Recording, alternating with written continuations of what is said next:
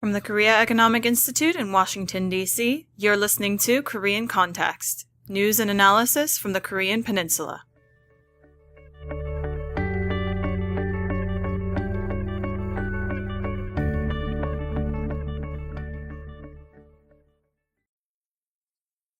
Hi everyone, and welcome to Korean Kontext. I'm your host, Jenna Gibson.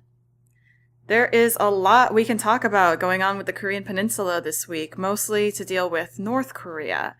Not only have they launched 2 ICBM tests in the last month, the UN has also passed extremely strong sanctions against them. And now in the last 24 hours, we've had really strong rhetoric going back and forth between the Trump administration and the Kim regime.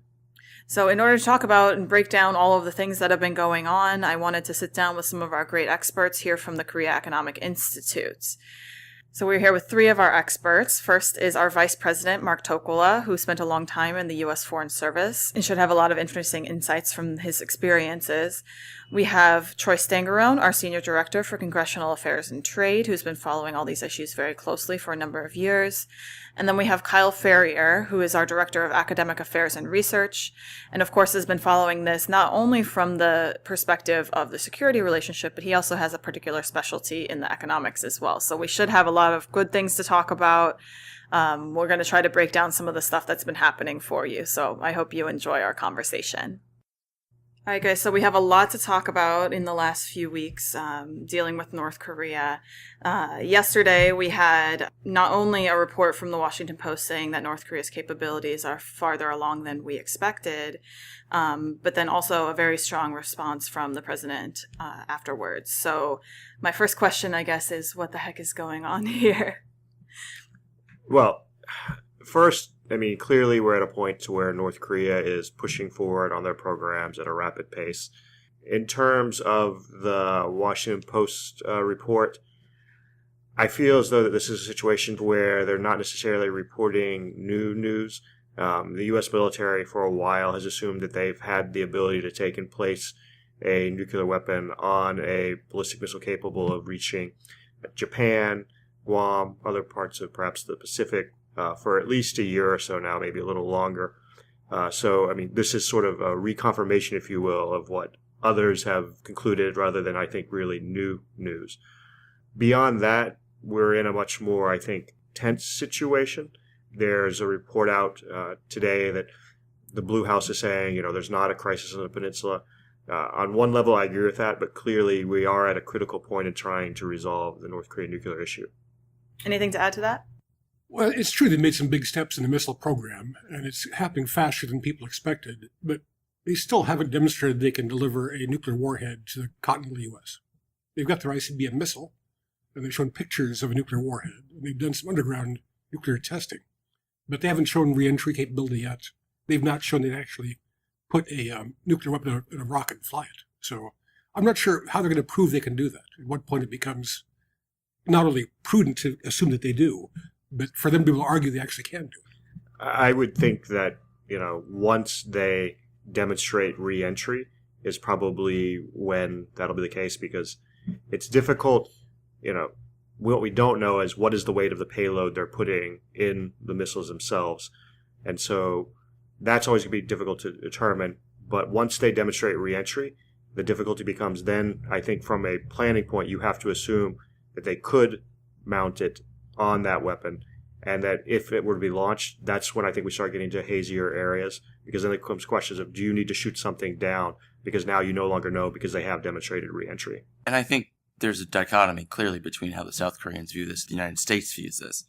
The South Koreans have been under the attack range of the North Koreans for a number of years now, and now this is the first time that the United States may possibly come under that umbrella as well. So we're looking at a difference of positioning here by the United States, whereas the South Koreans don't necessarily view this as big of a change as Washington does. Well, and I would just add onto that, this is something I should give credit. Bruce Klingner has said, I think multiple times publicly, that, as you note, South Korea and Japan are already under this threat. The United States shouldn't be simply saying, oh, well, it's unacceptable now that we're under that threat as well, because these are allies, and, they're having to deal with this challenge as well. And beyond that, there are already 300,000 Americans living in Japan and South Korea, so Americans are under threat today. Yeah, and I mean, this is why, whether you want to call it preventative or preemptive attacks are difficult, because when people say things like, well, they'll die over there than over here, that's not really true, because you do have a large number of Americans' lives who would be at risk. So this is one thing that I definitely wanted to get into a little bit, because this term preventative war or preventative strike has been thrown around a lot, including by General McMaster in the last few weeks. And that was prior to some of the more fiery, shall we say, rhetoric in the last 24 hours. So first of all, can you guys give us a quick explanation? What exactly is preventative as opposed to preemptive? Because those are two very different things. And what should, in your opinion, be our tactic here? Should that be on the table? A preventative strike would be a military attack on North Korean nuclear and missile facilities with the expressed objective of preventing the program from completing its capabilities and hopefully perhaps setting it back years, if not permanently ending the program. A preemptive attack would be one where we have what we believe to be credible intelligence that the North Koreans are in the process of preparing to strike either South Korea, Japan, or the United States, or some other country with a nuclear weapon, and we engage in a strike with the sole purpose of ensuring that they are unable to do that and take out the program then. So one is essentially trying to ensure that it's a problem you don't face in the future. The other is having taken up to the point to where you no longer have a choice because you believe that the North Koreans are going to actually utilize the weapons. So it's basically a matter of timing. To an extent, yes. I think the difference is that one is a clear sense of self-defense. If you are under the threat of attack, it's one thing to take and remove a threat. It's another to take and remove the threat, so that way you never face the risk of potentially being under attack. What do you guys think about these two options being on the table, as the administration has said they are? I'm not sure it's so binary. I'm not sure it's just attack or not attack. I think there's all kinds of degrees of things you can do. Like it's gotten harder to see where their missiles are because they've made them mobile. The most recent launch was one that was sent off a mobile platform someplace in western North Korea. So it's not like we can just watch the platforms anymore. Another possibility is some kind of a demonstration attack, something you could do in a limited area just to show that patience has run out. You could attack a submarine base at some time designed to minimize casualties. The problem with that idea is that Kim Jong-un is probably not going to be able to recognize when an attack is limited. He probably assumes any attack would be the beginning of a campaign to come after him. So I'm not sure he could do a demonstration attack, but people have talked about it. As Mark mentioned, there are a number of options, but we should also be very cognizant of how we frame these options on the table and how our allies perceive we are talking about these issues. I think to many South Koreans that the way that it's been discussed so far, it's been in a very unilateral sense, and they feel a bit alienated. So it's important to, when we make these distinctions between what is and what isn't on the table, that we also talk about our relationship with our South Korean allies as well. And the other option that people have kind of forgotten about, or not option, but possibility, would be a North Korean conventional attack, which they've not done for a long time. Back in 2010, the North Koreans shelled the South Korean island, and they sank a South Korean naval vessel. We had the landmine incident, which injured some South Korean soldiers. So is it possible that Kim Jong-un may, rather than do further nuclear testing, might do a conventional provocation? And how would Moon Jae-in respond to that? How would you respond to it? And I mean, the difficulty with some of this is that even if we did, as you said, say a demonstration attack, he doesn't necessarily have to respond kinetically. And I think that's one of the things that people don't talk about enough. If you look at how North Korea is trying to develop their cyber capabilities and everything, in South Korea, they've gone after banks, media, government sites and things. There's nothing to preclude them from, say, going after a U.S. power utility and putting, say, the northeastern U.S. in the dark for a week or something. Just to simply say, remember, we can touch you as well. This is a good point. I actually wanted to talk about the cyber option. I know several months ago there was a report that the U.S. had been using cyber to try to delay the North Korean nuclear program from going forward. So is there is there that option that hasn't actually been talked about that much in the last few weeks, but is there something in the cyber realm that we could do instead of a physical attack here? The North Koreans, after Stuxnet, became very paranoid of basically, one, sharing, at least electronically, information with the Iranians because they were concerned that it might be compromised with viruses. Two, as well, with their own. I have no doubt, I mean, even before the New York Times story on this came out, that we would try this because, I mean, it's a clear, logical thing to do. That being said, now that they are at the stage they are on the missiles, I'm, one, skeptical that what we've seen in terms of their failures was related to, our cyber attacks, because if you were in their systems, it would make more sense to save any, what it's called left of launch, basically, type activities until after they had the program and you thought they were going to attack, rather than to take and do it to slow the program, because that would be more critical in the long run, having the ability to basically sabotage North Korean missiles during an attack as opposed to simply delaying for a short period of time their own progress. Because just like with the Iranians, eventually you're going to figure out that either there's a bug there or what the technical issue that you've got wrong. So I know Kyle brought this up, and this is a really important point. Obviously, we have to think about the South Koreans, our allies, but we also have a relatively new president in South Korea who took a little bit of a softer line as far as the engagement with North Korea, at least during his campaign, although now he seems to be wanting to move forward with some things like that and things like that. So what do you think is Moon Jae-in's thought process at the moment, with tensions maybe a little bit higher than he would want? And then also, what do you make of some of his changes in terms of things like that? So Moon Jae-in, from what I've seen so far, has been much more accommodating to what we would perceive U.S. policy to be than what he had said he would pursue as a North Korean policy under his campaign. I think a lot of that really has to do with the realization of the imminent threat from the North Koreans and how there is a lack of immediate desire for talks from the North Koreans. And that said, he is still very much focused on pursuing a number of his own domestic agenda reforms. And I think he would much rather be working on reforming the South Korean economy than dealing with these flare-ups from North Korea. So there's this dichotomy in that he is working around balancing between the United States and dealing with the North Koreans, as well as trying to reform and revitalize the South Korean economy. Yeah, I think Moon Jae-in is very disappointed that his overtures led to nothing from North Korea. Now, within weeks of his inauguration and within days of his meeting with President Trump, North Koreans were launching ICBMs. The North Korean state media has said that Moon Jae-in is no different from his predecessors and may be worse. So he's being rebuffed, and he can't do this by himself. And I think he will not want to be in the position of appearing to beg North Korea and have them slap him. I think Kyle's point is important, too, that Moon Jae-in has domestic priorities that are actually more important to him than North Korea. He has a 100-point plan that was released in July about what he wants to accomplish in 5 years. And on the list of 100 items, North Korea is toward the bottom. He also wants to do constitutional reform. He promised that. That'll be a very time-consuming, labor-intensive effort on his government's part.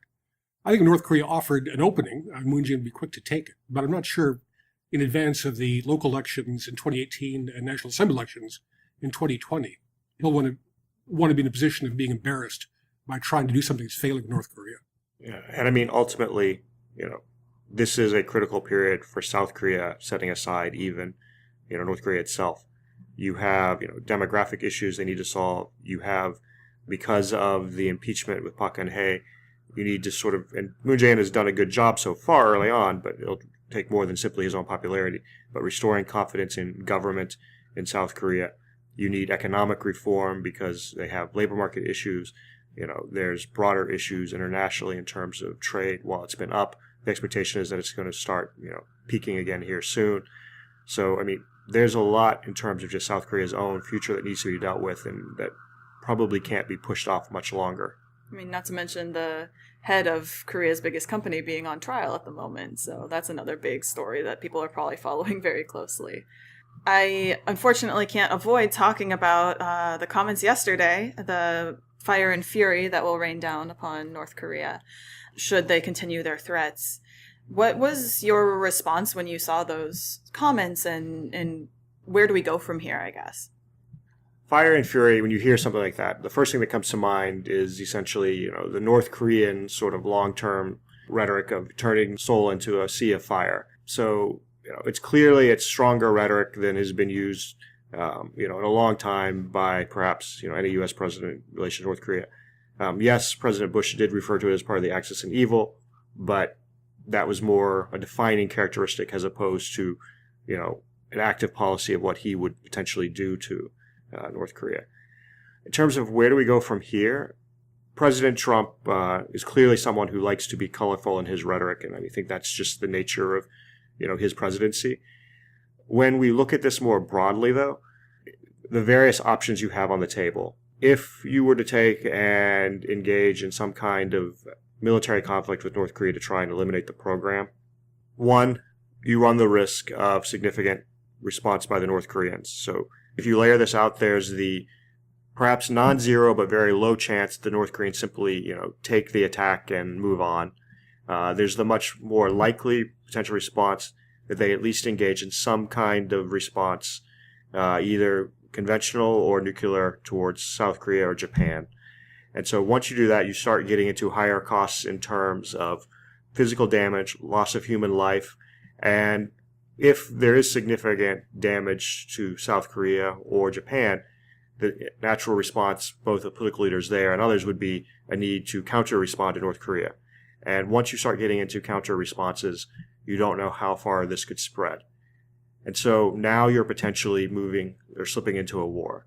And if you slip into a broader conflict of that nature, the difficulty is it's unclear whether China would stay in or out of such a war. Much of that will likely depend on how they view the calculus in terms of their interests. But, this could all lead to, significant loss of human life. And one of the things that I mentioned earlier, there's this idea like, but, it would be over there, it wouldn't be over here. I don't think that that's a good assumption, especially if you end up in a conflict between the United States and China. The idea that conflict might not spread just simply beyond the Korean Peninsula, I think, is a very poor assumption to make.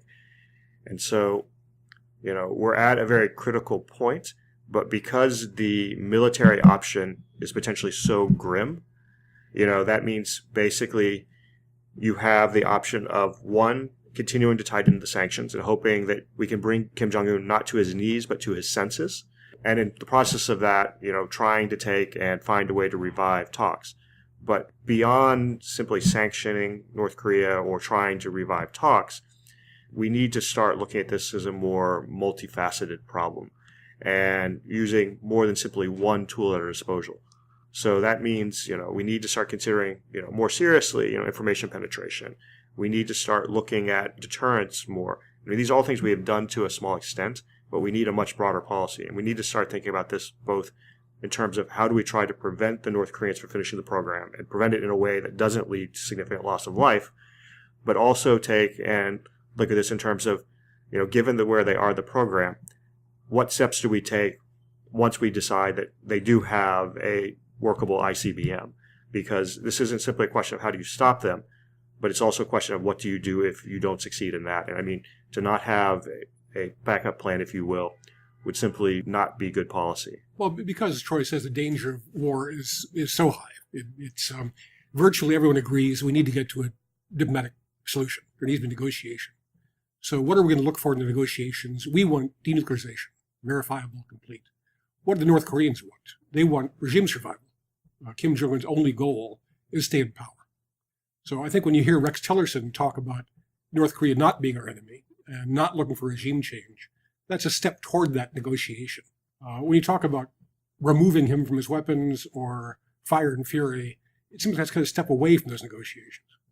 Interestingly, I think Troy was the first one so far, about 20 minutes in, to mention the word sanctions, even though the UN just passed a new round of sanctions less than a week ago.